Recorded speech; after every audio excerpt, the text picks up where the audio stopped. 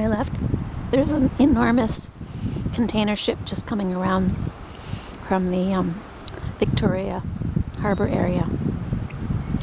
And it's probably empty because it's quite high up in the water, or else it has wood which they take away, and unfortunately for us, when they take away and create all sorts of value-added goods in China or wherever, most likely China, I'd say.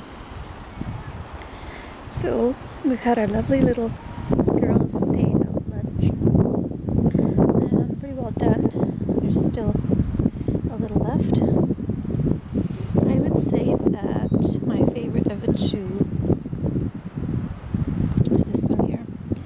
It has an amazing kind of combination of seaweed and just a kind of a flavor of the sea in these ones, as opposed to the other one, which is a little bit sweeter,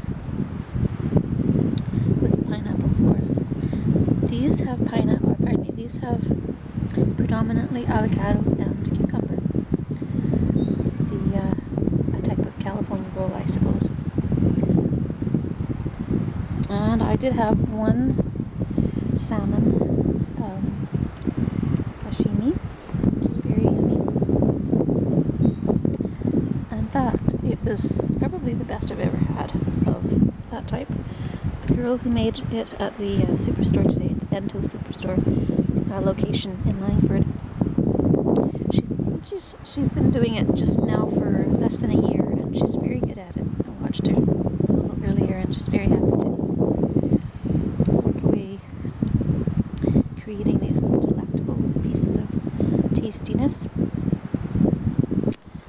This is a lovely spot here. I think I'm going to head off and take a walk down to the docks and talk to some of the people. There's usually lots of people around that are similarly situated, where they're walking on their own, and love having a person to chat with. It looks like the water is just starting to come up. Tide. We usually get high tide at around this time of the day, so. And there's probably another foot or so to go before it's at its maximum point. We usually have 3 feet increases twice a day. This is a lovely, lovely area here. Beautiful homes, but personally I think I would rather not live here because it's just a bit too close to water, to all the issues, and we get some very strong winds in the wintertime, which would literally spray all those houses, including their rooftops, with seawater, which is not best for a house. It erodes just about everything, paint, metal, and does havoc with the glass. Oh, here's somebody coming along with their dog. Oh no, there's no dog. That was a dog. It's just a walking stick. Maybe they'll walk by. Let's see. I'm people watching right now. Nope. Nobody's. This spot also has, well, I suppose they're really large fir trees. And you can see how the wind has really whipped them into shape here. Literally, there's a lot missing on their left side, which would be the south or the exposed area of the tree. Some of the trees around here literally tilt right over because of the vast amount of wind that this point gets. Saxe Point is what used to be an armed defense point for the early years of colony of British Columbia and in BC's early days. So there was just around the corner, there was a howitzer cannon set up on one of the smallish ramparts, which still exists, but the cannon of course is no longer, but there is the concrete pad that it used to rest on, which is quite interesting. I'll have to take a picture of it on my way back. Great. Okay, so that's about it, everybody. I'm back now.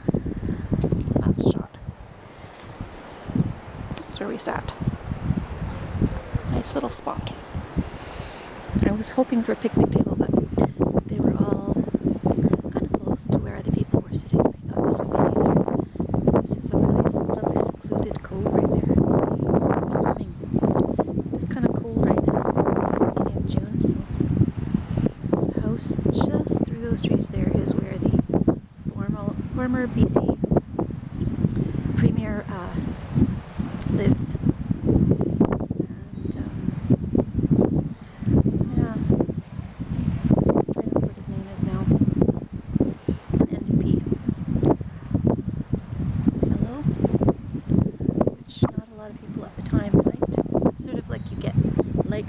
Before you get elected in or when you leave, but not when you're in. Anyways, birds are calling. Okay, time to put them away. Oh, there's a little family of geese, 5 geese, and very shortly I'm sure we'll get to see some of their little goslings out too. It's always a treat. This area is protected from nest habitats, are protected from pets wandering loose. They're supposed to be on their leads, so that's always a good thing to see. Though I know it isn't always the way it is, which is